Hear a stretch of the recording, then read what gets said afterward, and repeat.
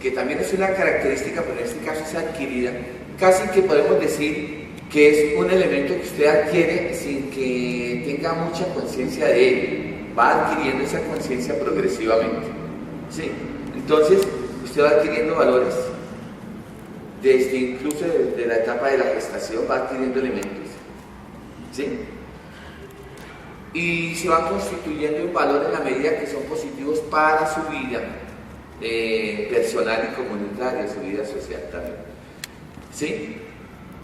Pero para que usted dé otro paso todavía más, si ya es un lío, por decirlo de alguna manera, tener valores, ustedes y yo sabemos que nos cuesta tener valores porque es más agradable, más fácil llegar por otros caminos a las supuestas metas que tenemos. Mucho más complicado y difícil es llegar a la virtud, porque la virtud implica renuncia, porque la virtud implica entrega, porque la virtud es lo opuesto del vicio. La virtud es que usted, por convicción profunda, por convicción propia, decide, ¿sí?, abandonar aquellas cosas que no lo construyen, que no la construyen, y empezar a caminar en la dificultad de renunciar a eso que es tan deleitable, a eso que es tan agradable, a eso que es delicioso, ¿sí?, al placer de los sentidos. Es difícil, pero por eso, para la Iglesia Católica en particular, quien logra las grandes virtudes también logra ser santo. Es una explicación de por qué los santos, entre otras cosas, ¿sí? Pero más allá, digamos, de llegar a ser santos es algo demasiado grande, pero quizá nosotros no estemos buscando tanto llegar allá, pero sí ser personas que construyan y aporten para el futuro de su persona, para el futuro de su país, para el futuro de Latinoamérica. Hemos hablado con mis alumnas, pues, que es que cuando yo aporto lo mejor que tengo, ahí estoy aportando al país. No es que yo tenga que hacer cosas raras, ¿no? Sencillito es que usted aporta de lo mejor cuando es buen estudiante, cuando no va a copiar en una evaluación, cuando usted prepara y a conciencia hace su trabajo, cuando al final de toda esta jornada de tantos años de estudio de ustedes pueden decir: hombre, yo he sido, si no el mejor, si no la mejor, he venido mejorando, he venido creciendo, como se dice en música, he venido mejorando. Entonces, ahora que me gradúo con toda la felicidad, porque vale la pena. Todo ese sacrificio y todo ese esfuerzo. Ojalá que esa reflexión se pueda hacer y que cuando ustedes lleguen más adelante ya a la universidad, vayan con esa convicción a trabajar, porque allá sí que les van a ofrecer muchísimas posibilidades y muchísimos caminos. Si no hay una base sólida desde acá, allá van a ofrecerles muchas cosas que quizá había soñado y había pensado tener, y entonces allá llegan y se las ponen en bandeja de plata. Y usted decidirá qué quiere ser y hacia dónde quiere caminar. Solo que esa decisión le va a construir o le va a destruir.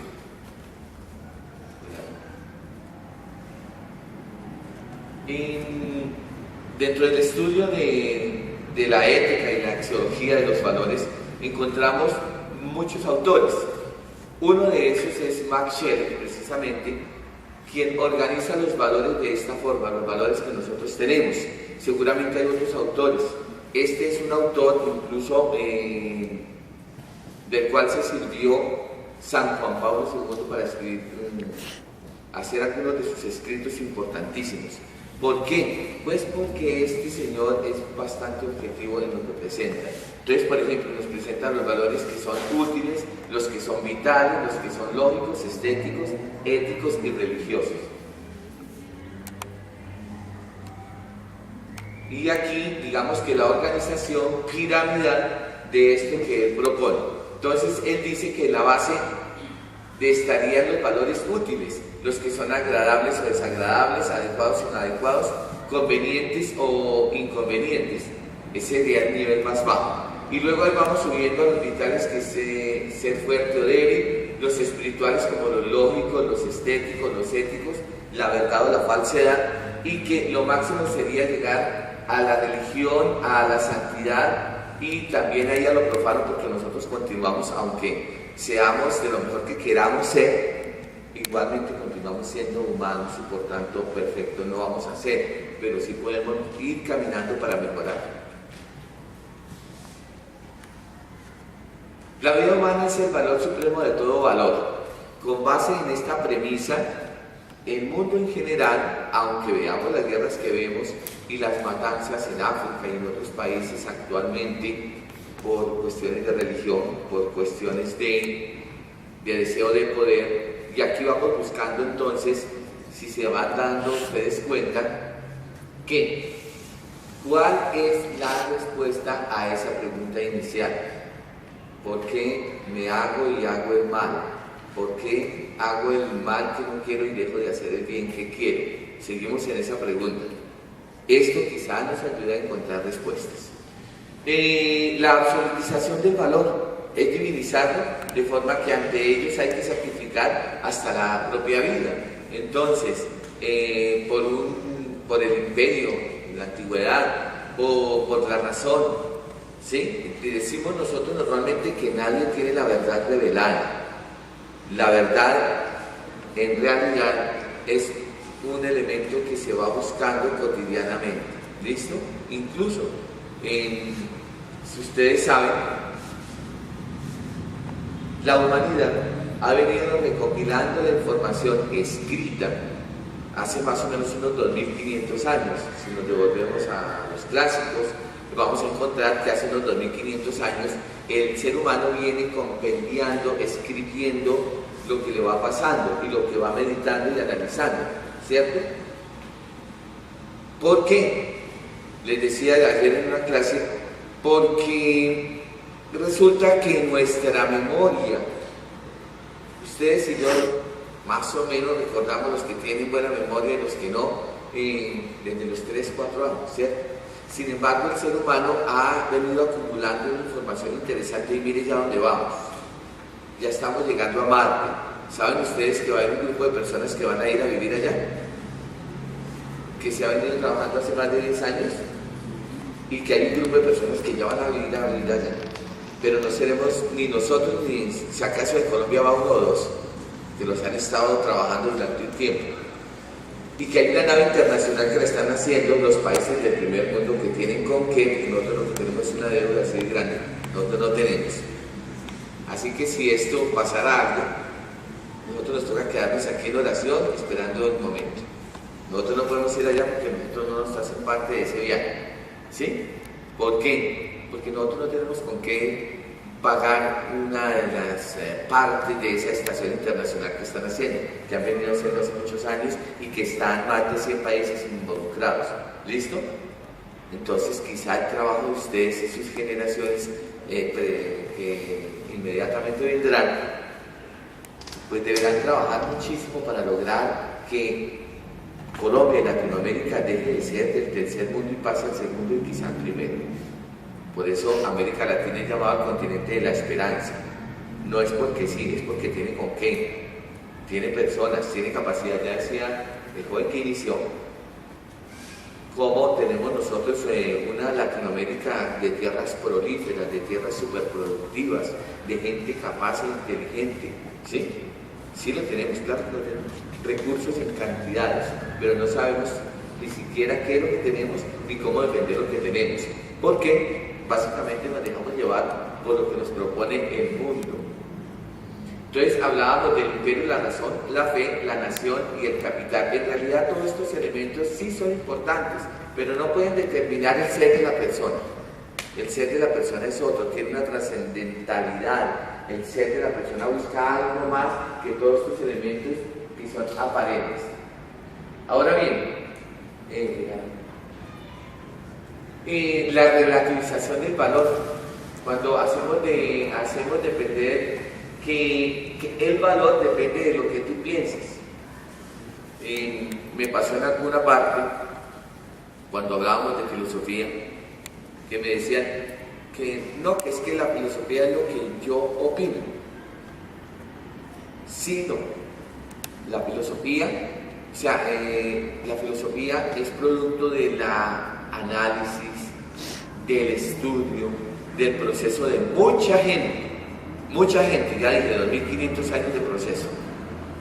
Luego, la opinión empírica mía, la opinión a priori mía, pues sí y no, es válida en tanto soy persona, pero no es válida en tanto que si no conozco todo ese pensamiento, todo ese sustrato anterior, de dónde me agarro para dar una opinión, por lo menos filosófica, que ayuda a crecer. Es que es teniendo en cuenta todo ese proceso que se ha venido dando, que yo puedo dar una opinión, ¿sí? Porque entonces voy a aportar más. Ustedes miran que los filósofos no necesariamente el uno sigue al otro. Miren a Sócrates, Platón y Aristóteles, cada uno tomó un camino y el uno fue maestro del otro. Sin embargo, cada uno tomó un camino totalmente diferente. Bien, entonces relativizar el valor es que yo no puedo dar el valor que me parezca, sino el valor que objetivamente tiene. ¿Sí? Ahora bien, cuando hablamos de la conciencia, decimos que es una cualidad específica del ser humano. Claro, porque es que los animalitos ese elemento no lo tienen. Por más que los animalitos sean hermosos y todo lo demás, no tienen ese elemento llamado conciencia. Nosotros sí, por eso somos sujetos de moral y de análisis. ¿Sí? Les decía el otro día a las estudiantes, un animalito que se aparea en la mitad de la calle, no podemos decir perro cochino, grosero y mañoso, no podemos decir eso, ¿sí o no? Y uno escucha a las señoras por ahí, dice perro cochino, no, pues a mí me da risa porque obviamente pues hay que respetar lo que piensan los demás, pero igual, es que no, los animalitos, nosotros les hemos invadido el espacio, por tanto, pues ellos siguen existiendo y les toca donde nosotros les hemos dejado el espacio porque se lo hemos quitado. Entonces, pero es diferente que aparezca aquí una pareja de personas, de seres humanos, haciendo lo mismo en la mitad de la calle. Hay lugares, hay tiempos, ¿cierto? Y momentos para cada situación de la vida humana. Y esa situación también es normal en el ser humano. Voy a hablar de algo que me parece que es como la base y el sustrato de donde debemos partir. Y esa base o sustrato es la problemática donde surge. Y la problemática surge justamente en el corazón del hombre. Por eso, por qué el hombre se hace y hace el mal, fue quizá la pregunta la que me permitió reflexionar sobre la situación que vive América Latina. Esta pregunta surge obviamente del pensamiento de San Pablo, que nos aporta. Él dice, me hago y hago el mal, dejo de hacer el bien que quiero y hago el mal que no quiero. ¿Por qué? Entonces tenemos que irnos y reflexionar y mirar en dónde está la situación, ¿sí? Y eso es lo que vamos a mirar en los próximos minutos. En dónde está la situación y por qué yo me hago y hago el mal. Es más, en vez de hacer el bien y hacerme el bien, lo que hago es hacer cosas que me destruyen y que no me construyen.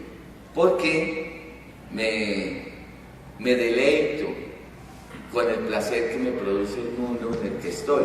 Recuerden que el placer lo percibimos a través de los 5 sentidos, ¿sí? Entonces, como estoy tan encantado y tan deleitado con todo lo que me ofrece el mundo, mejor me voy por ahí, por el camino ancho perdón el término, de la bobada, de dejar que vaya lo más de rico el mundo, porque es más fácil estar por ese camino que caminar por el mundo de la virtud, por el mundo de la dificultad que implica ser cada día mejor y ponerse un reto. ¿Listo? Veamos un poquitico en qué consiste lo que se llama la actividad moral. La estructuración de la actividad moral entendemos entonces por esta actividad el conjunto de operaciones psíquicas que valoran nuestra conducta a la luz de un canon de perfeccionamiento humano.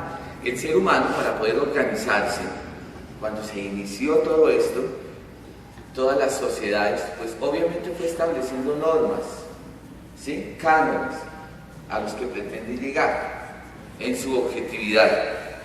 pretendió y pretende, a partir de esos cánones que crea, que inventa, pues tratar de alcanzarlos, ¿sí? Si entre la sociedad sea más organizada, se supone que por convicción lo asumimos, pero lamentablemente por convicción no lo asumimos. El otro es, si carecemos de unas categorías claras y unos criterios bien fundamentados, nuestra valoración moral tan solo será el reflejo del pensamiento más generalizado y nuestros juicios llevarán a la reproducción acrítica de los patrones convencionales de comportamiento. ¿Eso qué quiere decir? Pues sencillamente que si nosotros no tenemos un criterio propio, no tenemos claridad frente hacia dónde estamos caminando y cómo podemos enfrentar la situación y qué es una cualidad, qué es un valor, qué es una virtud, qué es un vicio, pues sencillamente, como no tenemos claro hacia dónde queremos caminar, no tenemos claro el fundamento, el sustrato, la base, pues obviamente que tampoco sabemos hacia dónde tenemos que caminar y creemos que lo que nos ofrece el mundo, así de sencillo, así es. Entonces, veamos estos tres elementos. ¿Qué son las cualidades? ¿Qué es el valor y qué es la virtud? Decimos entonces que las cualidades son los elementos o características que nacen con la persona. Usted y yo nacemos con unas características específicas, ¿listo? Con unas cualidades específicas. La alegría, la actitud servicial, en fin, otra cantidad de elementos que nacen con usted. Eso no depende de usted. La belleza, incluso entre comillas, la belleza física, o el elemento que para los otros es usted muy hermosa o muy bien parado, como decimos por ahí, eso no depende de usted. Así que no le dé gracias a usted, sino a los papás, los abuelos.